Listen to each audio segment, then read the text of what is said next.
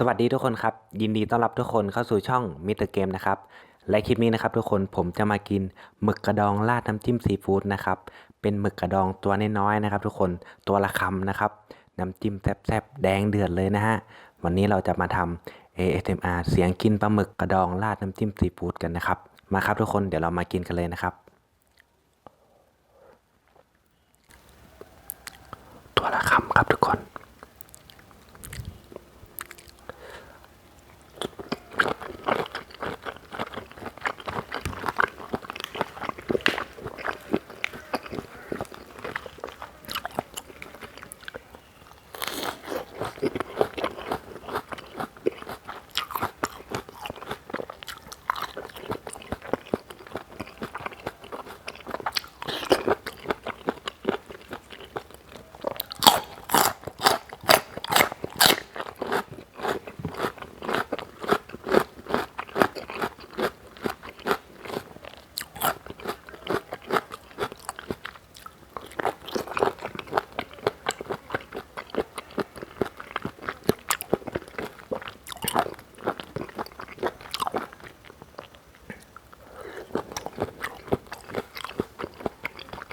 อร่อยมากครับ